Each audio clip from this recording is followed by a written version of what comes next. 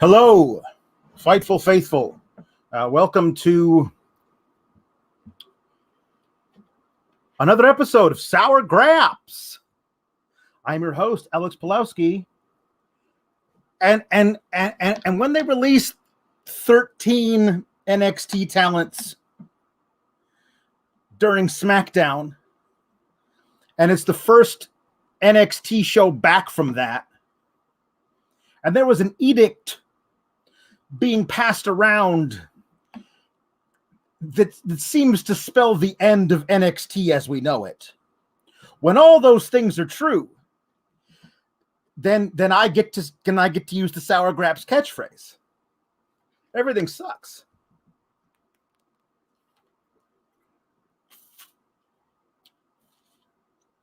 For those of you who don't watch the program, the Fightful Select Show, the traditional beverage of Sour Graps is lemonade.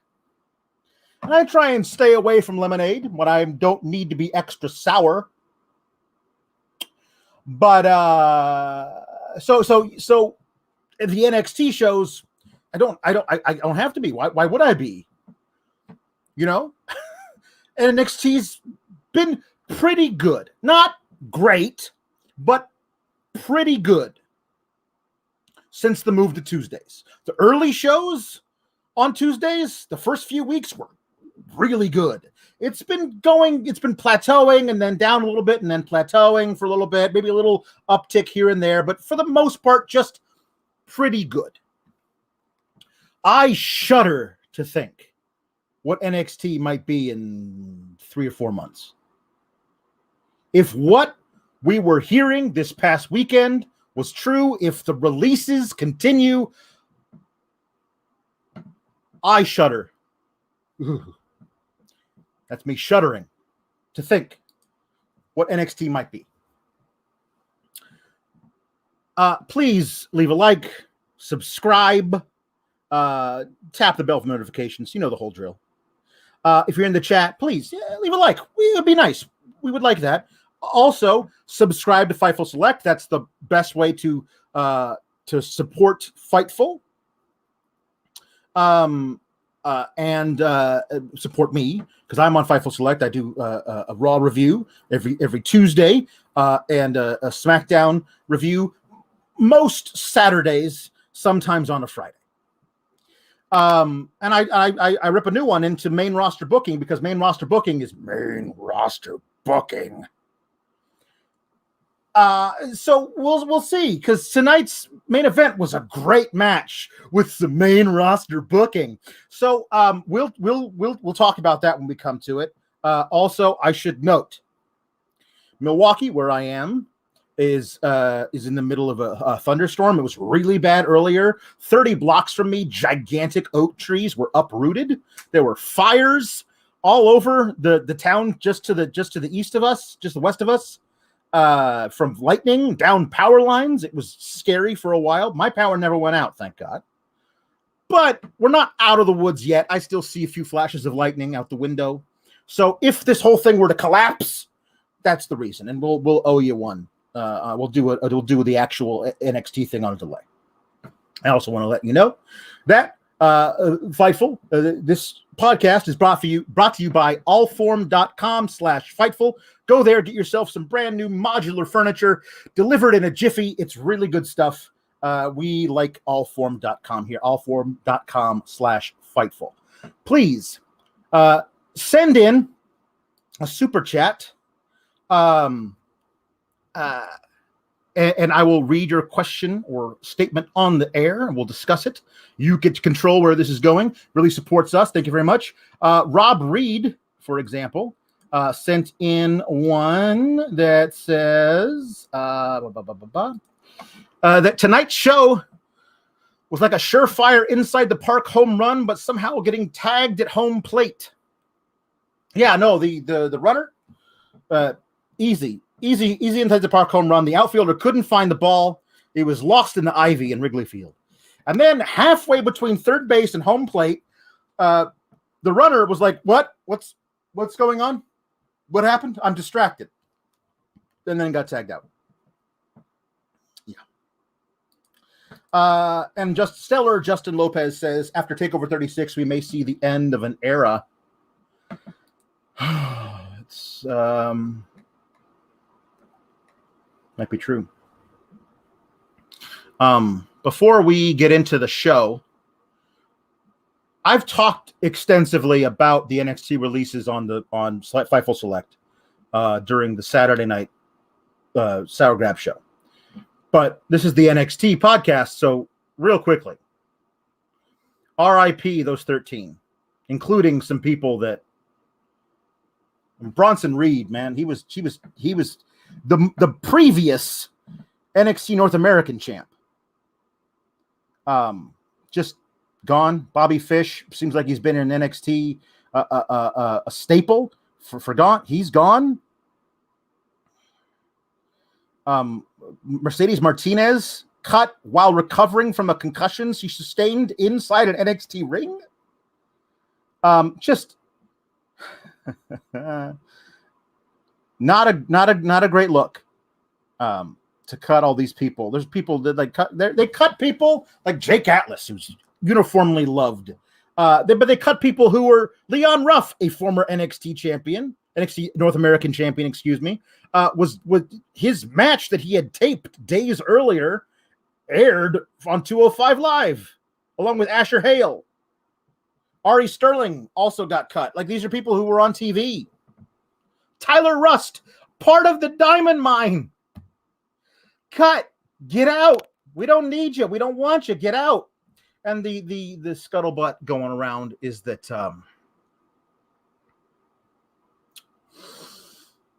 that they're going to do a reboot, a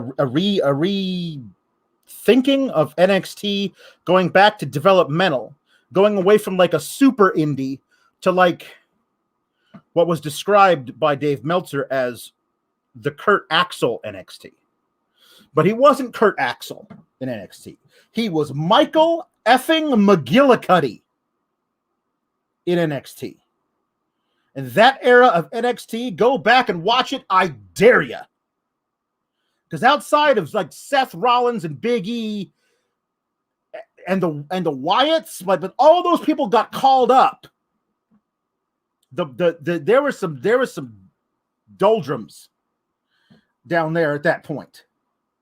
The only thing before that is like Daniel Bryan era NXT, where they're like, it's a quiz show and let's all do an obstacle course. If that's where you want to go back to, Vince, you can count me out. I have no interest in that. There was the edict that apparently was going around, which Dave Meltzer seemed like he was quoting. So then I'm allowed to quote Dave Meltzer because the word being used is a borderline slur in my book. No more midgets. The fact that you can think that just about, we don't want smaller people in our developmental territory. Just the fact that you can say that. If you said smaller people or undersized individuals, it would still be like, really, in 2021? But if you say the word, which I'm not going to say again, a now derided term for little people, in 2021, as a policy that you're going to implement,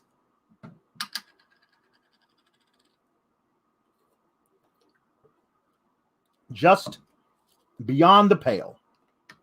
So when Vince and Johnny Ace and Pritchard came and visited the PC a while ago, we were like, oh no, who are they going to call up? Whose career are they going to ruin when they call them up to Raw, when they drag them down to Raw? It turns out they may not have been doing that. They may have been just scouting to see who they could fire because they weren't tall or heavy enough.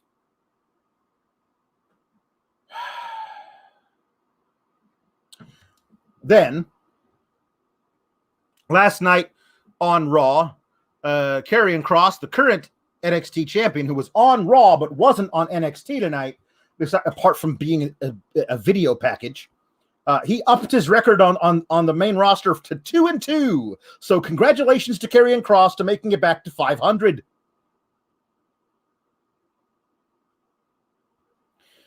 And they taped main event last night, and the soft call-up that went to Ilya when she broke ranks with the Robert Stone brand, we haven't seen her since. She's been doing dark matches and stuff to get ready for the main roster. She had a main event match on main event last night where she beat Dakota Kai, who is the current #1 contender for the Women's Championship of NXT. And she lost to a woman whose gimmick was she lost every match while in NXT. If you think that doesn't hurt the perception overall of your third brand, which is now like your minor league system, you're crazy. Ricardo El Idolo says he seems like the no little people edict, the no midget edict has changed the breakout tournament, so this will be interesting. I kind of always thought that Trey Baxter, the former Blake Christian, was going to lose that match. But certainly now he's going to lose that match to a guy as big as Odyssey Jones. Woo, boy. And DeLeo says that the whole show just felt empty. Even with some of the show being okay today, it seemed like everyone involved wasn't invested. Well, if you believe some reports from earlier in the day, tensions were high backstage. Because remember, this is the first time people have come to TV taping since all their friends got fired. So, yeah, it would be a little... People might not be invested because they don't know the next time if they're going to see their next paycheck. They might be fired on a whim whenever the crazy man decides, yes, we'll do that. The Nerd Guru asks, why does Vince hate NXT? Is it because they failed to beat AEW in the ratings? Or is it because takeovers were continuously better than main roster shiznit? I think it's the first one. But I also feel like, listen, this is just my opinion. I feel like Vince is recognizing that he's on the way out. You know what I mean? Like how many more years can he actually do this? I mean, he's 75. I mean, his mother is still alive, apparently. I think. If not, she lived to a ripe old age, over 100, I think. So maybe he's saying, my genes are so good and I keep myself in such good shape, I'll be ruining wrestling for the next 3 decades. But maybe he's like, I'm trying to get everything in order. And I feel threatened by my son-in-law. I feel like he's going to usurp me. I mean, maybe. I don't know. He seems like a kind of mad king, doesn't he? Like a Shakespearean character who's realizing that he can't hold on to the throne forever, so he might as well just burn it before anybody else can take it. And the way to do that, the way to get back at to get his son-in-law is to ruin his son-in-law's little vanity fed and turn it back into his idea of what developmental was supposed to be. I mean, that's the thing, right? The developmental was Vince's idea of that was never, let's hire all the small guys from the indies, the work rate guys, and we'll just build our little indie here. You know, his idea was, let's bring in these people, maybe some people who've never wrestled before. We'll train them how to wrestle our way, and then after a while, we'll bring them up to the main roster, and we'll build these people, mold them, shape them, develop them in my image, the way I want it to be. And they'll be future WWE WrestleMania main eventers. But that version sucked. And as soon as I started picking up really talented guys from the indies and putting on great matches, and putting on these takeovers everyone was talking about, all of a sudden the interest went crazy. People, the more hardcore wrestling, I knew people in 2017 who said, I haven't watched a Raw or a SmackDown in forever, but I'll never miss an episode of NXT. It's the only reason I got the network.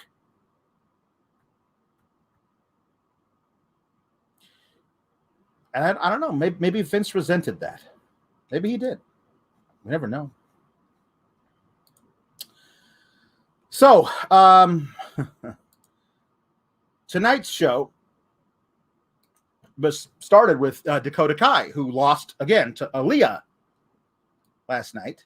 It was supposed to be Ember Moon versus Saray, but Ember Moon wasn't cleared. So now it's Dakota Kai versus Saray. And this is so interesting. If you look at there must have been two different schools of thought for the opening match and the main event. Because the first match, Dakota Kai and Saray is very good. I think both of them are great. I love Dakota Kai, I really do, which is why it sucks to see her losing to Ilya on main event. And I think Saray, has a lot of. I think there's a really cool opportunity for them to tell the story. Who knows if they even will? They could release Saray tomorrow. You never know. There's a really cool opportunity for them to tell a light versus dark story with the two Japanese women, Saray versus Io Shirai.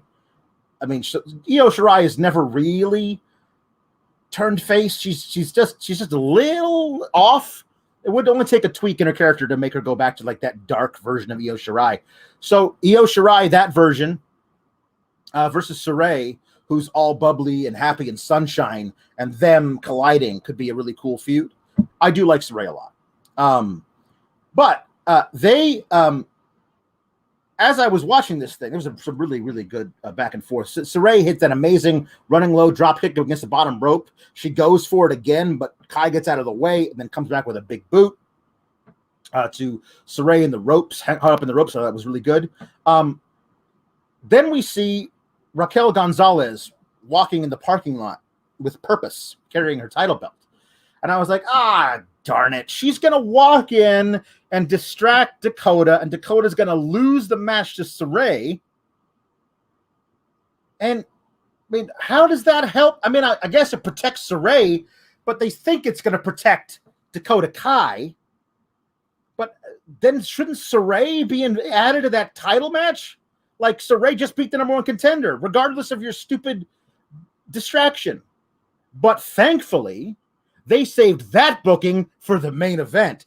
And the opening segment of the night was that before Raquel could get to the ring, Dakota Kai came back with that running huge kick in the corner. She was hit, like Saray was hitting a bunch of suplexes, but Kai was so resilient. She got out of it. She hit the big kick in the corner. She got the pin. 1, 2, 3. Good for Dakota Kai. And she stands tall, and I think she was about to attack Saray in the corner again. She was going to do a little run around the thing. But Raquel Gonzalez slides in, and Dakota Kai is taking one step toward running to Saray, sees Raquel, and just beats cheeks right out of that ring. That was some good stuff, man. I loved it. I thought that was really excellent.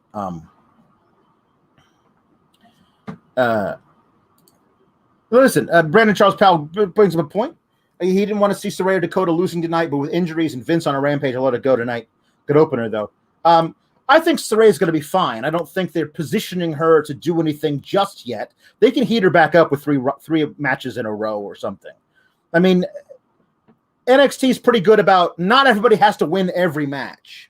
If you look at the main roster, like somebody did one of those, I don't know, I think it was on Reddit or something, where they did one of those AEW charts of who has the best win-loss in the women's division, who's the champion, what their win-loss is, and then everybody else.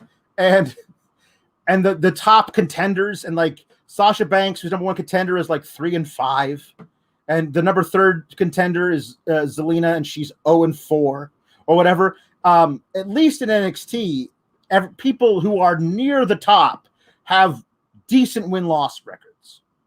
And I feel like this is a setback for Saray, but she'll win the next one, and she might win the one after that, and we'll see where it goes from there.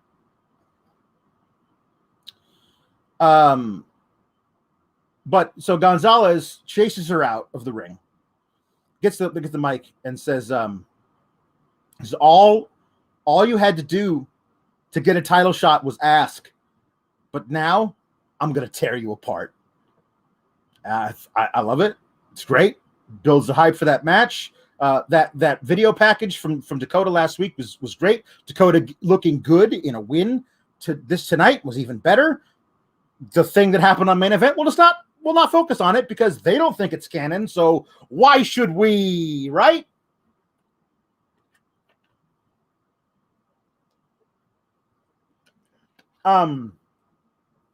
So remember how I said they're losing the out of the office, out of the CWC remote taped skit content from LA Knight and Cameron Grimes. They're losing that Butler stuff. They're moving on to something else with that story. So you got to get more content outside of the pre-tape stuff. Some of that stuff that they do in NXT is really, really great, especially when it's the Garganos. So they had Dexter Lumis lose the lover or loser match. He was supposed to have lost her, but I guess Indy said we're not gonna let that happen. So they had a first date tonight. It was all taped and everything was really well done. Indy getting ready in the bathroom. Dexter Lumis showing up with black roses, red roses painted black. And Gargano talking to him in the front room like he's a dad on prom night. I thought it was really funny. I thought it was everything I wanted these to be. I think it's a great start. Continue them, please. So Candice says, "Do you have protection?" She says to Indy. He says, "What are you talking about? I'm a former women's tag team champion. I don't need protection." Oh, Indy, you're so naive. But I did think it was all really good. You're going to have her home by 10, mister. I thought this was I think that the goofy segments can be terrible if they're poorly acted and poorly written. I thought this was good for both of those things. So that's why I liked it. I think it can have a place. Some little levity injected. I also love that they're going to track Indy and Dexter to the restaurant. And we'll just talk about this whole thing right now. They do, but it was everything I wanted. Dexter just staring straight ahead, not saying anything. Indy orders like half the menu for an appetizer. She won't shut up about chicken fingers, and then she can hear a radio being like way too loud. She follows the sound of it. It's Rebel Heart to Poisonous Pixie. Rebel Heart to Poisonous Pixie. Do you see the target? Over. And it's Johnny Gargano on the radio, and Candice in a black trench coat with a collar pulled up, sitting behind a newspaper. And Indy's like, "Johnny, leave us alone. We're on a date." And Candice says, "We're blown. Our cover is blown. The jig is up. Abort, abort. I repeat, abort." And she runs off. I thought that was hilarious. And then later in the night, after the meal, they're about to have dessert. So who brings the dessert but Johnny in a terrible wig and terrible, even worse mustache? Indy sees immediately through the disguise. And of course, because it's a cake, a coconut cake, it ends up being struggled with, tug of war with the cake, and it ends up in Dexter's face. That's an old, terrible joke. Whenever there's a cake, it's going to wind up in somebody's face. It's a very easy trope in wrestling, especially WWE. But I really loved it because of Dexter's reaction, which of course is to completely no-sell it. Stare up at Johnny and stare down at the table and stare at Indy with the whole side of his face all covered in coconut cream. It takes a lot to not break during stuff like that. I have a lot of respect for Dexter, the performer, to just perfectly keep a straight face and those giant eyes. I think it's really good. Cyclops better than Wolverine says, "I love Candice and John going all in as their parents." I love it. There was a great moment where we can't be too hard on her. We have to let her do her own thing, says Johnny. Like, do you want her to run away like Austin did? We haven't seen him. Like, nobody knows where Austin is. He's out there somewhere, half naked in the wilderness. And I thought to myself, what a great description of what it is to lose on main event. Just being half naked in the wilderness. As he lost to Odyssey Jones on main event this week. So poor Austin. He took his hobo bindle and left. And we'll never see him again.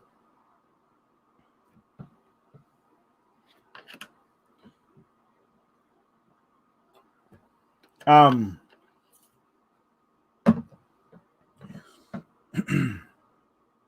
thought that was a really wonderful little through line of segments. I thought it was very funny.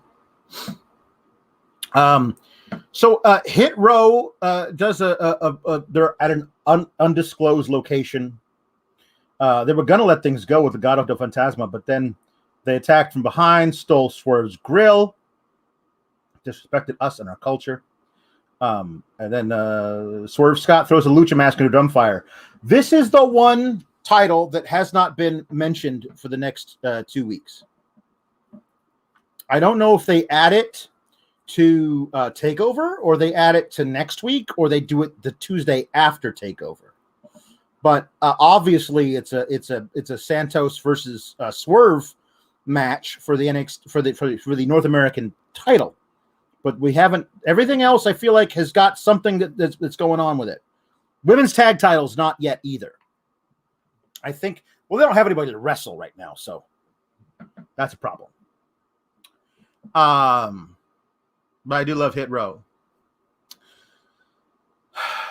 Ilya Dragonoff, who many of you may not be familiar with if you don't watch NXT UK. I myself keep up with NXT UK by like watching clips, and if there's an amazing match, somebody says you got to watch it, I'll make sure I watch at least parts of it. So I've seen in their entirety 2 Ilya Dragonoff matches, and that's on me, man. I just don't have time to watch as much as I should. But the 2 that I watched, holy hell! Him versus Walter last year, and the one at one of the takeovers, the NXT UK takeovers versus Cesaro. That was friggin'. I almost cursed. Very, very, very good. Ilya Dragunov is amazing. He's a very, very, very special performer. And he says he comes out. He's wearing a turtleneck. Nerd Guru says the Dragunov versus Cesaro is an absolute must watch. I agree.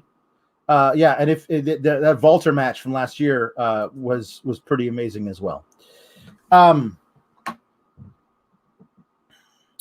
Dragonoff says that he's never been a man of big words. He talks about how words, I've been through so much pain. The struggle and the fighting have been my words. I put my strength into my fists, not my mouth. That was bad. That was like an Arnold Schwarzenegger. Let me see if I can get there. We will witness chaos and rage. An unbeatable kingdom will fall when I end Walter's title reign.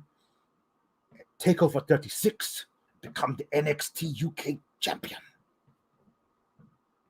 It's bad, not great. I'll get better. But then Pete Dunne shows up, and I love the Pete Dunne. The problem with Pete Dunne right here is he doesn't say I don't care. He doesn't even say. He says, hey, mate, you owe me a big thank you, because without me traveling the world with that NXT UK championship, I put the brand on the map, I carried the entire continent on my back, then you wouldn't be competing against Walter at TakeOver, and you damn sure wouldn't be in my ring standing in front of the baddest man in NXT. And Dragonoff's like, listen, I'm here not because of you. I'm here because of what I did. I'm gonna beat. I said I will beat Walter at TakeOver 36. Something that you cannot change, and that is something that you cannot do. Which is true. Pete Dunne lost to Walter, so. But that is in 2 weeks. So how about tonight you show me that your words are just as strong as your will to fight is when you face me. I promise after tonight you won't make it to take over. And so that's good. That's our main event. Pete Dunne versus you. I didn't think we were going to get a Pete Dunne versus Ilya Dragonoff match when the night started. Turned out to be a great match with a shit finish. Main roster booking. Mackenzie Mitchell interviews LA Knight and Cameron Grimes. Well, the last time we saw you were walking out on your partner, Cameron Grimes. Listen, he's my butler, dummy. Yeah. And he's a failure because he lost. I'm not a failure. I don't care what WWE said last week. He's a failure, and he'll see what it's like to win tonight. And then they have LA Knight come out and squash poor Andre Chase. I guess they couldn't find a suitable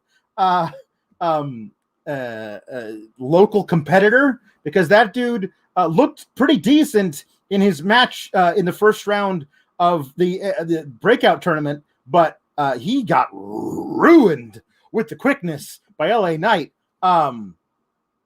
Just oh wow. Then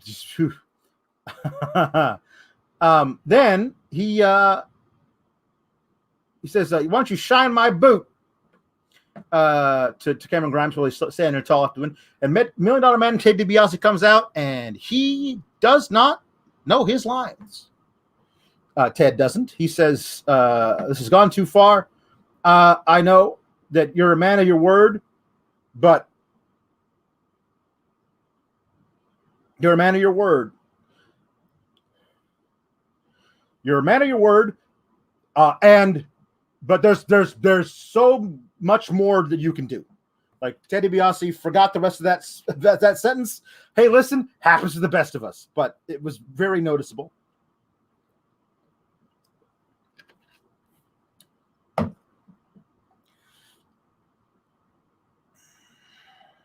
And he says, "Stop talking to him.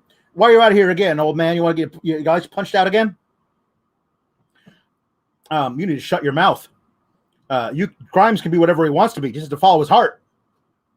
This is the Disney movie portion of the evening, but he wants to be a champion. And he thinks, and I think he can. If you put the title on the line, he'll become a champion. And he's like, no. I've already beaten him twice, and you stop feeding lies to him. And he says, "How about this? Third match, I'll beat him a third time. If I lose, he can have this belt or whatever, and never be a butler anymore. But if I win, when I win, he's not my butler anymore. You are." I don't think they're going to do that to Ted. I don't think they're going to have a Ted being the butler. I don't think they're going to have Cameron Grimes lose again. So I think at TakeOver, Cameron Grimes is going to beat LA Knight for that belt. Grimes does not like the idea because he doesn't want to be on the hook for if Ted has to be the butler. The only reason that I think that they might make Ted the butler is they would have Grimes. They might do this, and that might honestly be a really sweet gesture. If Grimes loses, let's say LA Knight cheats and Grimes loses, and Ted has to be the butler, Grimes would have to pay LA Knight to get Ted DiBiase out of the contract to be the butler. He'd have to buy out Ted DiBiase's services as the butler.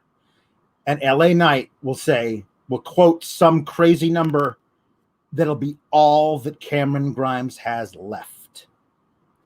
And we won't get any more rich Cameron Grimes character because I don't know how much longer that's going to last. But if they want to get out of that, that might be the way to do it. To have him not lose all his money in friggin' like a gambling scheme or whatever, but to have him lose his money by doing the real good and just thing, which is to get Ted out of a bad situation that was what Cameron Grimes was responsible for by losing to LA Knight.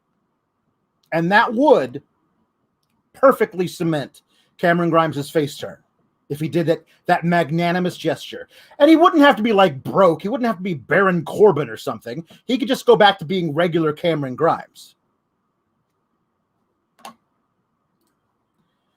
The Nerd Guru says, how much you want to bet Vince would call up LA Knight and give him the Mrs. gimmick with a talk show called Tonight in LA?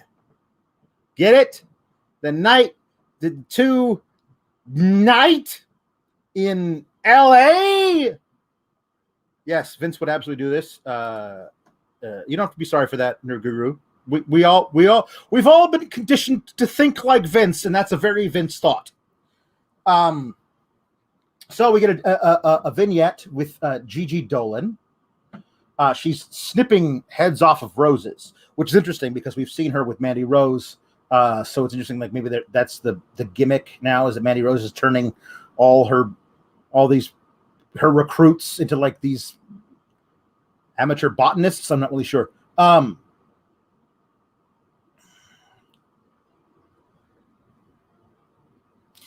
So she says it's about surviving and running through everyone in the division. She names a bunch of them. And that's 9 to 5. You make sure you watch your back and watch as I dominate. I'm not doing it alone either. I'm like, oh, with Mandy Rose? And yes, but not on the show tonight. She's out there with JC Jane, who's her little valet, I guess. And Gigi Dolan faces Amari Miller, who I don't believe we've seen before. You know who I miss? Zeta Ramir. Remember her a little while ago? A few months ago, she had that shock victory over Toni Storm and looked really good doing it. She had a shooting star press off the top rope to beat Toni Storm. I miss Zeta Ramir. If she's not hurt currently, she should be on TV more. She doesn't have to win every match. You can build her up over time, but I think she's really, really interesting, and I'd like to see her more on television, please. Gigi Dolan looked good tonight. She got a lot of potential. I liked her promo. I like her look. I like her charisma. And she seems to have that effortlessness of being a heel, especially with that punk vibe with the really bright hair and all the leather and stuff. It seems like she might be a more natural fit as what heel Ruby Riott was, because Ruby Riott never worked to me as a heel. She's just too naturally a decent, good human being. And they made her put on that persona, and it never really fit. Only because, like, oh, look, she's got piercings. She must be a heel. No. But Gigi Dolan, that fits. So I think that might be something that might work for her. She did this really cool, like, her finishing maneuver was something I never seen before. It was like an abdominal stretch bomb. Like, she got the abdominal stretch on and then just flipped her over onto the back of her head. I like it.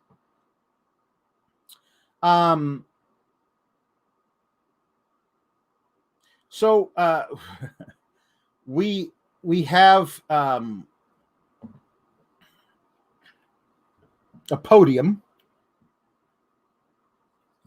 in the ring with a bunch of PC. Those guys all appear. So not only was there a no members of the Lollipop Guild edict, but also nobody in their 30s. That was a thing that came through. And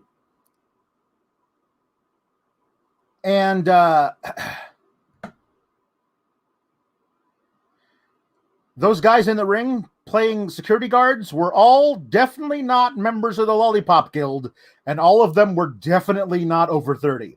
So I think the edict's starting to work.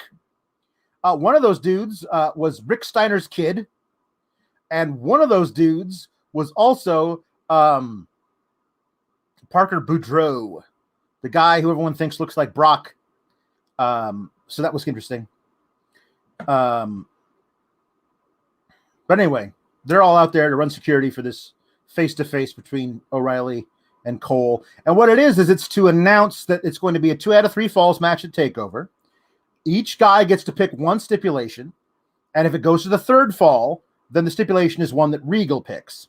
So Kyle says it first. He says, I'm going to pick a straight-up wrestling match because it really sticks in my craw that I lost to Adam Cole in a straight-up wrestling match when I know I'm the better wrestler. And then Adam Cole says that his match is going to be a street fight. So it's basically their first 2 matches, basically. And then there's going to be a third, because there's always going to be a third in a 2 out of 3 falls match. But I liked the promos they cut on one another. Adam Cole, baby. What do we think, people? There's a rumor going around that he was offered $1 million a year to stay in WWE, get called up, dragged down to the main roster. What do we think? Should he take that? After seeing several of his friends get fired unceremoniously while he was meeting with Vince? What do we think? Is money everything? Because I think the competition would pay him at least 75% of that. And then on top of that, he could earn all kinds of money in merch sales and everything else. He'd get to work alongside his girlfriend, Britt Baker, with all of his best friends from New Japan who were all in AEW. He'd get to do actually good storylines.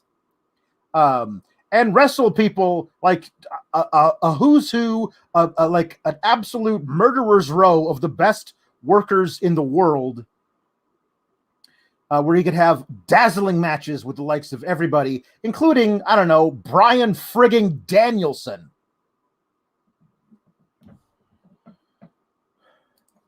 Leonard Guru says, if I'm Adam Cole, the only way I stay is if I was offered to be the guy that beats Roman Reigns, anything less, and I'm all elite. Well, he could be offered that. That's the thing. Vince is a liar. He's a serial liar. So he could say, we got plans for you, kid. You're going to be the guy who beats Roman Reigns. And then, oops, plans change. Sorry, kid. We had a different idea. Cyclops says he would take the money. Even if he gets cut, AEW would want him. Yes, that's true. My point is, it's the money and the worst creative in all of professional wrestling. So that, to me, lowers the amount of money I'm making because I have to work at WWE. And what is if you were telling me that the offer was $1 million a year from Vince McMahon and $100,000 a year from Tony Khan, I'd be like, yeah, I could see that. Take the money. But if it's $1 million a year from Vince McMahon and $800 a year from Tony Khan, like AEW all the way. I can't even fathom after what happened on Friday. I can't even fathom anybody deciding to stay in NXT or be called up to the main roster. Cellar Joseph Lopez says that they are totally recycling TakeOver Toronto between Gargano and Cole. It's the same match with the exact same steps and Regal picking the cage for the third. Yeah, they don't seem to have many different ideas. I think the match is gonna hump, but what I want is them to just frigging come out and do it. Not only is it 2 out of 3 falls, not only are these 3 falls the stipulations, but it's a loser leaves NXT match. And then when Adam Cole loses, you got to wonder, did he lose because he's being called up / dragged down? Or did he lose because he's out the door and going someplace else? That would be fun for me. I did like the promos they cut up opposite each other. saying Kyle O'Reilly saying, I've learned under your tutelage how to be a heartless son of a bitch. So you're gonna wish that you hadn't taught me so well in our match. And Cole says, of course you learned. I've been teaching you for 13 years, been mentoring you for 13 years. And for 13 years, you've been riding my coattails, trying to be me. And you've been a failure. I thought it was a really simple promo, back and forth. Well done. Eventually it comes to blows. Of course it does. And the security guy's got to get involved. And that's when Regal says, I thought this would happen. Well, if it's going to a third fall, that third fall will be within the confines of a steel cage. Yep. So that'll be fun. What do you guys think? Ballpark. 50, 55 minutes for the whole deal. I mean, it's going to be a takeover main event, I think. I'm pretty sure we're going to do that for the main event, yeah? Yeah. I mean, maybe you're going to do Joe versus Kross. But I'm not really sure. I think they might do a thing where, like, Joe and Kross come to blows backstage. And so they have to do that match first because otherwise they can't keep them apart for the rest of the night. Maybe. There was a little backstage promo cut by Ciampa and Thatcher, mostly Ciampa. We were all there ready to beat up Pete Dunne and Oney Lorcan, but they had to bring Ridge Holland back to get him a win. Ridge was chosen. They chose him. They brought him in. He's not seasoned. Like, the business chose us. That's what we're here. We're here for the business. This business. And that's for you, Jeremy. And Ciampa and Timothy Thatcher have been going around the whole time, right? Been traveling the world doing this for years. How about this? How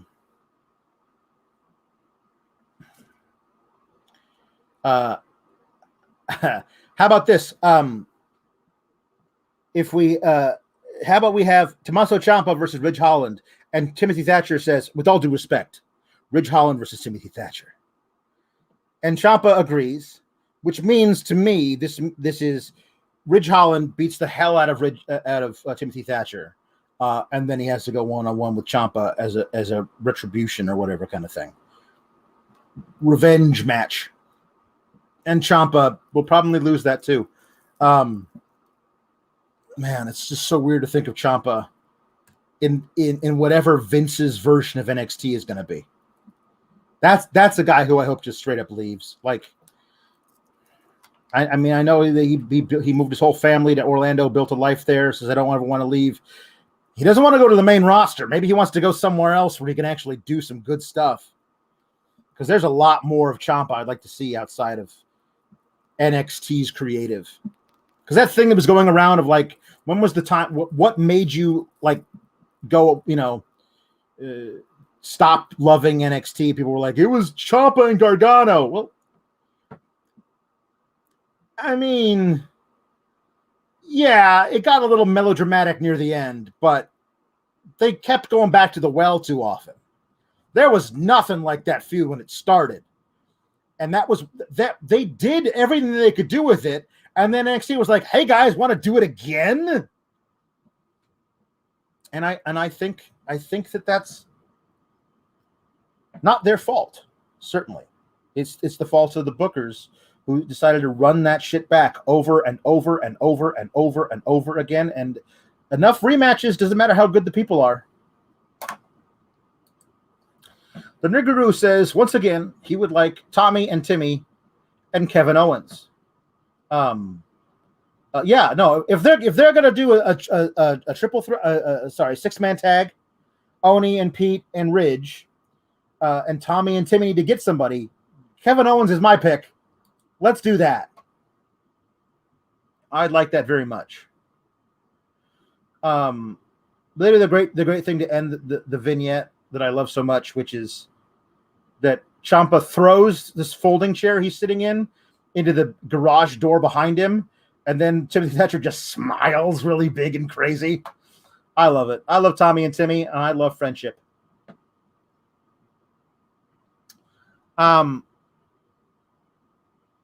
So there was Marcel and Fabian were going to talk about how they're the blah blah blah blah blah. They were going to protect the purity of the sport by any means necessary. It's weird when you have the two guys from Germany talking about the purity of something that has to be protected from people like MSK. I don't know. MSK, they interrupt with their own vignette, and they mock the promo, and they say, you know what? If you want to shot the titles, all you got to do is let us know. Later in the night, that match is made for next week, for next Tuesday, MSK versus Imperium, as well as we see Malcolm Bivens coming out of William Regal's office, seeing two gigantic young lads guarding the door and giving them each his business card. And he leaves, and William Regal comes out, and he says that we're going to have Kushida versus Roderick Strong for the Cruiserweight title next week. So the next week is loaded. That's two big-time title matches next week. I'm very excited about Kushida versus Strong. Should be great. RIP one half of Diamond Mine. I mean, as far as we know, Hideki Suzuki is only the coach. Bivens doesn't wrestle, so really the only people who were in the Diamond Mine, like actually wrestlers, was Roderick Strong and Tyler Rust, and one of them got fired unceremoniously last week, and they were not even allowed to bring him up, I guess. SKC Music Guy GK_03 says that he would like DIY versus Young Bucks, please. Yeah. If Gargano and Ciampa were to leave, they should immediately reform DIY and just go anywhere they damn please and wrestle amazing tag matches, because those two guys were amazing. If they were lined up in AEW as DIY, as Ciampa and Gargano, joining forces again, DIY versus the Young Bucks, sure. DIY versus the Lucha Bros, absolutely. DIY versus, I don't know, FTR. Those were some of the best tag matches I've ever seen in my life. I don't care. Let's run it back and do it again in the other company. Absolutely.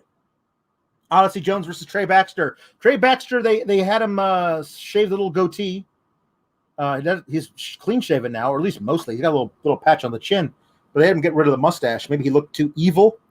But Odyssey Jones wins this. Baxter is admirably trying to chop the big man down, but really Odyssey Jones does a big splash in the corner, and then his weird like backdrop turned into a sidewalk slam thing that he does that I really like, and he just squishes him. Trey Baxter was not booked to have much of a chance against Odyssey Jones. So we got Jones in the final, which they haven't announced for TakeOver, but I'm thinking they might have a huge post-TakeOver NXT show. Like, it might be like women's tag titles. They'll figure out who at some point. And the North American Championship, Swerve versus Santos, and the final of the Breakout Tournament. Because next week is the other semifinal match, which is Carmelo Hayes versus Duke Hudson, and I really love both of those guys, and I don't want either of them to lose, because I want both of them to win the tournament, and it's not possible, unfortunately.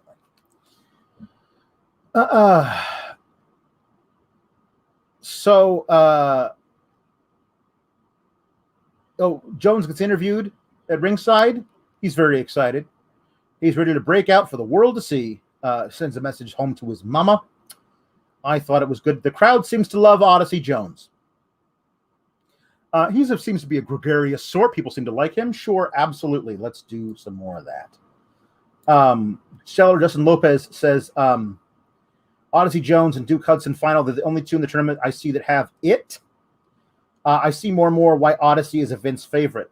Yeah, man, if you can't see that Carmelo Hayes has it, you ain't watching Carmelo Hayes. Like, that guy has it written all over him in Sharpie. Yeah, I love Carmelo Hayes. I really, really, really, really like Duke Hudson. But I love Carmelo Hayes, man. I think he's definitely wrong for the new NXT, which is a problem. But Odyssey Jones has already basically been called up. And it'd be weird if you had a guy win the breakout tournament and then like show up on Raw the next week. So I honestly don't know what they're going to do. The breakout tournament's supposed to be a guy who breaks out into NXT. And breaking out of NXT into the main roster, man. Anyway. Oh, Mandy Rose tweeted to take credit for Gigi Dolan's win. So that's a thing. Boa says there's like, he does a little promo beforehand saying there's no disobedience will not be tolerated or something. So he comes out to the ring. He's going to face Drake Maverick. Poor Drake Maverick probably shouldn't have been have argued so vociferously to stay on the roster. I mean, at the time, I totally get it. Like the pandemic, everyone was super scared of it. They should still be, but they're not. But at the time, everyone was scared of the pandemic, and everyone was like, "Oh no! What are we gonna do? They fired me. I'm so scared. Where's my next meal gonna come from?" I get it, but in hindsight,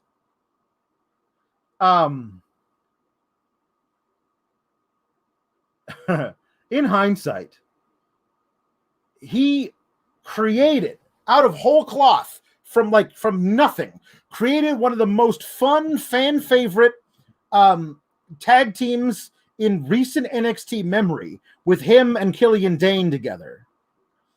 And then Killian Dane gets released and he's jobbing out to Boa as just a guy, not like Drake Maverick, the guy who has all this charisma, but like just a guy, a body to lose.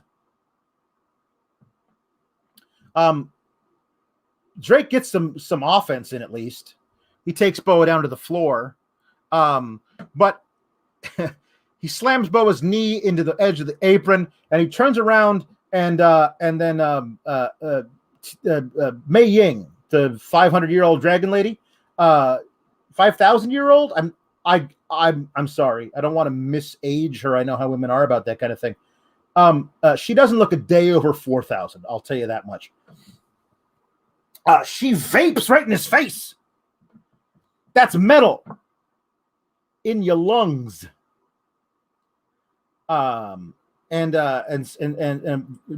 Drake Maverick can't take it because there's so much metal in his lungs. So yeah, he rolls back into the ring and gets kicked in the head and gets pinned. So Boa's winning matches now. The Guru says that he wouldn't put it past Vince to make the breakout tournament reward be a Raw or SmackDown contract since NXT is officially dead and developmental now. I wouldn't put it past Vince either. But here's the thing. That would imply that there's a storyline to be had. They would probably rather just have Odyssey Jones show up on Raw or SmackDown and never explain why he's there or where he came from. Just a big dude in a singlet.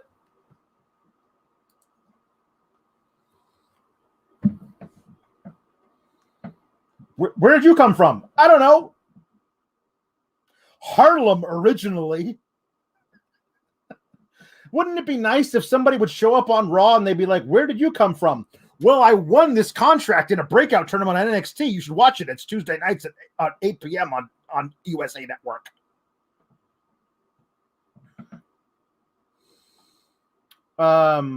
There's a lengthy video package on Samoa Joe and Karrion Kross. Karrion Kross does most of the talking in it. This is them trying to build back hype for this match that has been ruined by all of Karrion Kross on the main roster. Like, it's just, can we have the match already, please? Please, can we have the match already? I'm so done. I'm so done with this. It's just prolonging the inevitable. Kross has to go up. Now, here's the other thing that I honestly wouldn't put it past him either. Kross wins versus Samoa Joe, and then they have him abdicate the title because he doesn't want it anymore. Because now I'm a main roster superstar, and that's all that matters. They could do that. Speaking of other things that are going to happen at TakeOver, Kevin Steets says that Adam Cole should tell them that he's leaving, and then Kyle O'Reilly will win the first two falls in less than 5 minutes. To bury Adam Cole. You chose the wrong side, pal. I'm going to make sure you never draw a dime. That's not how it works anymore, Big Vince. I'm very excited for Samoa Joe to get back in action. I'm very excited for him to be champion of NXT again, the first ever 3-time champion, and then see what they do beyond that. Be interesting. Pete Dunne versus Ilya Dragonoff is great. I love this. Pete Dunne's one of my low-key most favorite wrestlers in WWE of the past 5 years.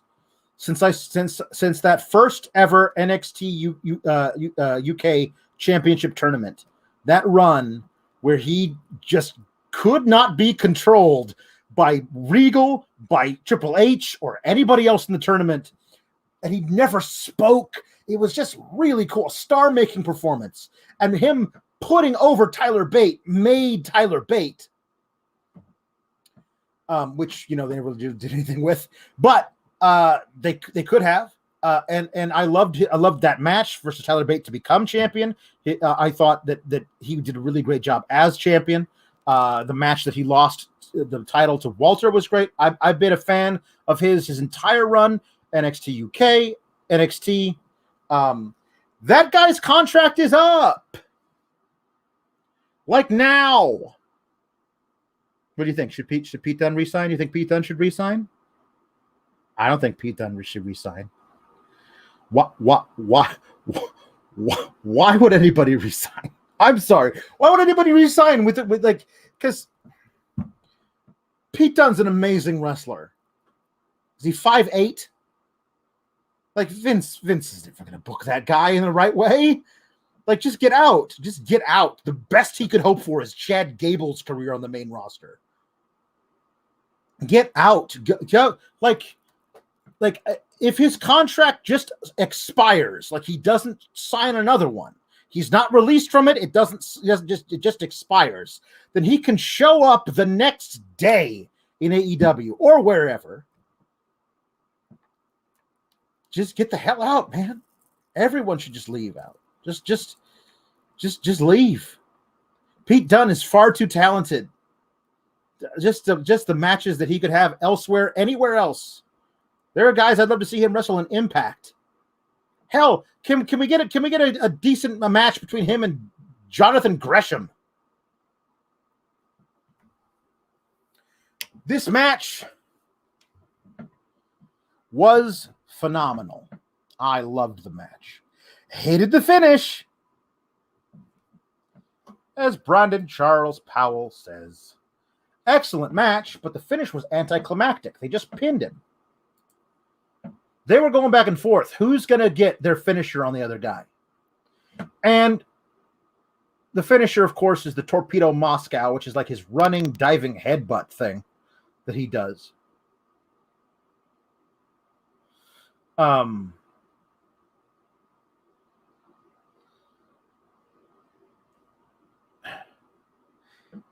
he's about to hit it when Walter's music hits. So he kicks Pete Dunne out of the ring to the floor and then starts jaw-jacking with Walter. Well, Walter's not talking, but Ilya's yelling at him. And so he gets attacked from behind, hit with the bitter end, the finisher that Pete Dunne's been trying to hit on him for 10 minutes and can't, and finally does because there's a distraction. And he pins the top contender to the NXT UK Championship off a distraction. Not after cheating. Didn't like roll him up and get the tights. Just, I mean, that's his like, what the hell?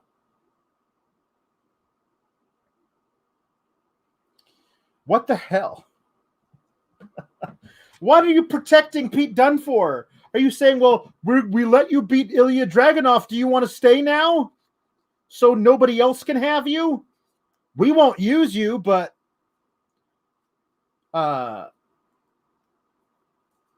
they did a great job making both guys look great in the match. But man, if you can't figure out a way to have the top like just have somebody pin the other guy. They're two great wrestlers. And also probably have the number one contender for your NXT UK Championship being contested in 12 days at TakeOver.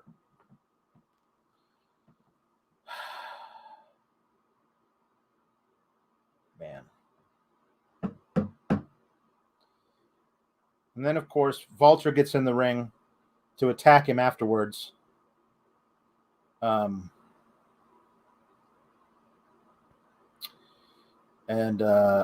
he slaps him once, but then Dragonoff's able to hit his Torpedo Moscow, which knocks Walter out of the ring. So Dragonoff gets to stand tall holding the belt, even though he lost. I did love the interaction between Pete Dunne and Walter, though. Pete Dunne, now a heel, gets to look at Walter and go, just shrugs. Whatever. I'm Pete Dunne. I don't care. I don't care. You beat him up. I don't care. And he leaves. Bid Moon says that Pete Dunne needs to run to AEW to sell botched super kicks. Oh. Well, I guess he could. Certainly possible.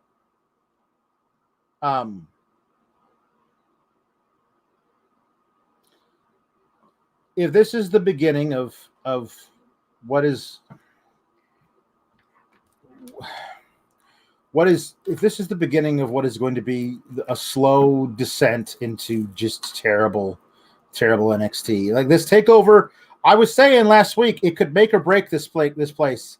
It looks like no matter how good the takeover is, it's not going to matter because Vince is going to come in with his grubby little main roster paws and ruin the whole thing. Honestly, I mean, like not to be too Buddy Murphy about this, but getting released from NXT when there are really so many options out there now, including a serious major competitor.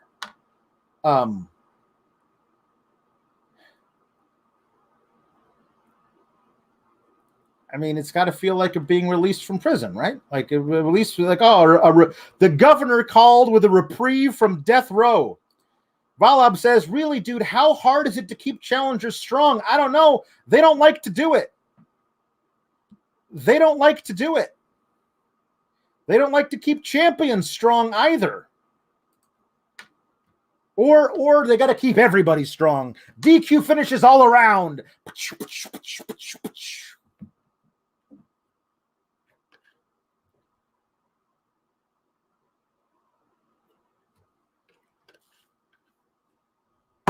I really hope that NXT isn't headed down that path to the Michael McGillicuddy version again, because that was really hard to watch. And I honestly don't know what to say, you know.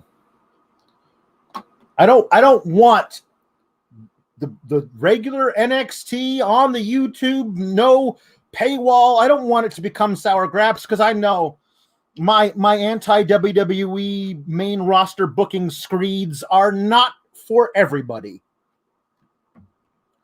But I kind of call them like I see them. Right now, they're at a crossroads. NXT can be great again.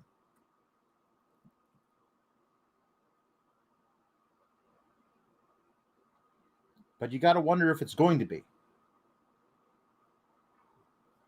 It doesn't appear like they want it to be, releasing all those people and that edict going around.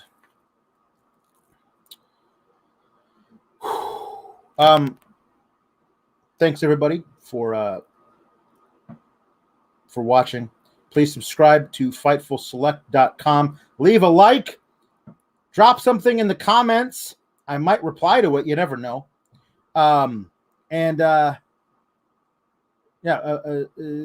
Subscribe.